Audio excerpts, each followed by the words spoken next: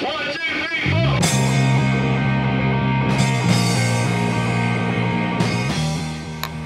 Hey everyone, this is my new pedal board. Just designed it a couple weeks ago. I know everyone's complaining online about how messy the last one that I had was on a piece of plywood. Admittedly, yes, it was messy. This is also kind of messy, a little bit cleaner. But here's the idea: is I designed this basically off of a lot of things that are on the market online, made out of metal usually. They're usually really expensive too. This is a cheap alternative, something you can do on your own at home. It took me maybe a day to do, all told. Pretty simple, pretty cheap too. All the wood here, this is all made out of wood. All of the wood here probably cost me about 25 bucks. The Velcro was the much more expensive part, probably about $25 in Velcro and everything. The nice thing is I built everything to the dimensions that I wanted, and now I can move everything. If I decide to change stuff out, I've gotten enough space left around. Whereas some dimensions on other ones, like 36 inches surface area, is just not enough surface area for me to put all my units on. So with this, it allowed for me to put everything that I wanted in the front to get access to, and everything behind to just leave on. And so there's not a whole lot of tap dancing going on. Everything is right in the front row, right next to my feet. So I'm going to walk you through this real quick, how this is all made. On the back side, I got my two power supplies.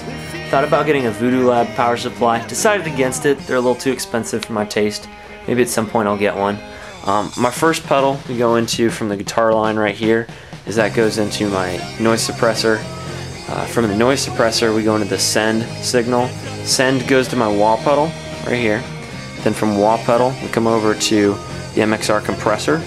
From my compressor to my EQ.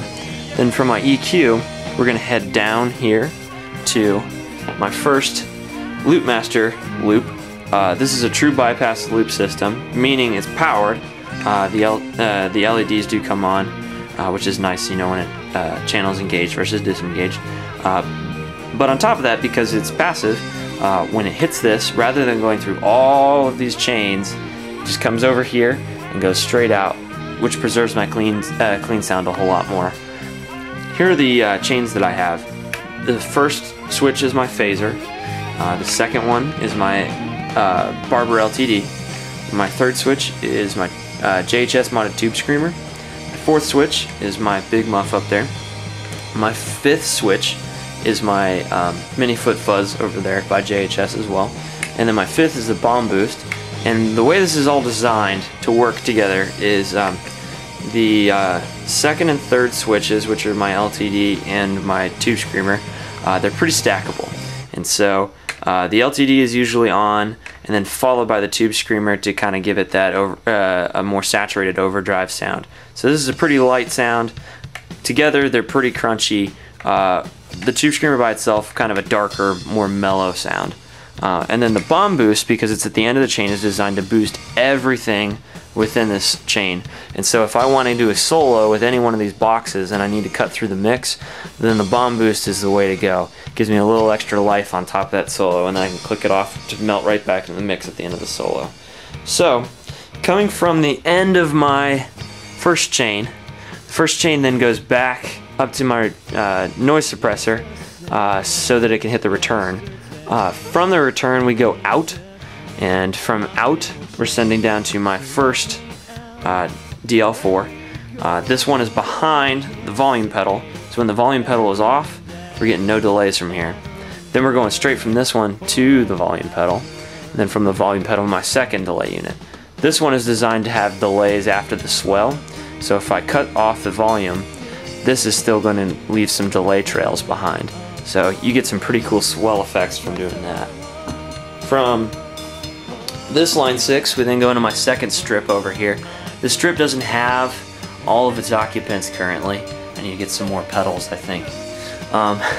Or not. So from here, my first loop is my DD3, which I alternate between using kind of as a feedback looper, or I put it on the hold setting to do some fun stuff with the hold setting. And then my second one is my tremolo, pretty standard tremolo from Boss. I'd like to add some other stuff to those other loops down there, obviously, But as it is right now, I can use this third loop as a kill switch if I really want to. Because there's nothing engaged there, it cuts the signal because there's no send, there's no return. From there we go out back to the amplifier. The other two things on here are my line 6 expression pedal for this DL4. I feel like I didn't need 2 expression pedals for both of them. With the one expression pedal, it pretty much gives me 9 presets between the 2 of these delay pedals, and I feel like that's plenty. Plenty enough for me. This is a Loopmaster channel switcher. My amplifier has 2 channels. For whatever reason, one of them is super saturated with reverb, and so I use it as a reverb pedal. Lastly, my volume pedal, which is right there, plugged into my tuner, and because of that, I can turn off the volume pedal and still tune things, or I can click it forward and the tuner will still be running while I'm playing. Actually kind of useful too for if I'm writing songs or whatever, I can keep track of my chord progression, which is pretty nice. I'm looking to put a buffer in at some point. Obviously a lot of people have told me the volume pedal sucks tone, all this chain sucks tone, all these wires, it's going to suck tone.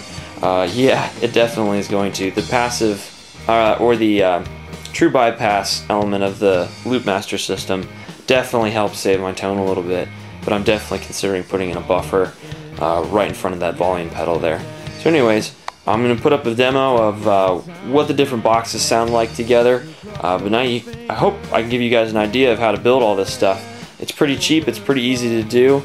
You buy some cables, the cuttable cables from George L's are usually pretty good, or the lava cables are great too, and that helps you to cut the exact length of cable that you need in order to do it. It's simple, it's pretty easy to do, it's just a little expensive at times, depends on what you're looking to do. Anyways, I hope this gives you guys some great ideas. Feel free to comment on it, give me some advice, let me know if you guys have any questions. Thanks!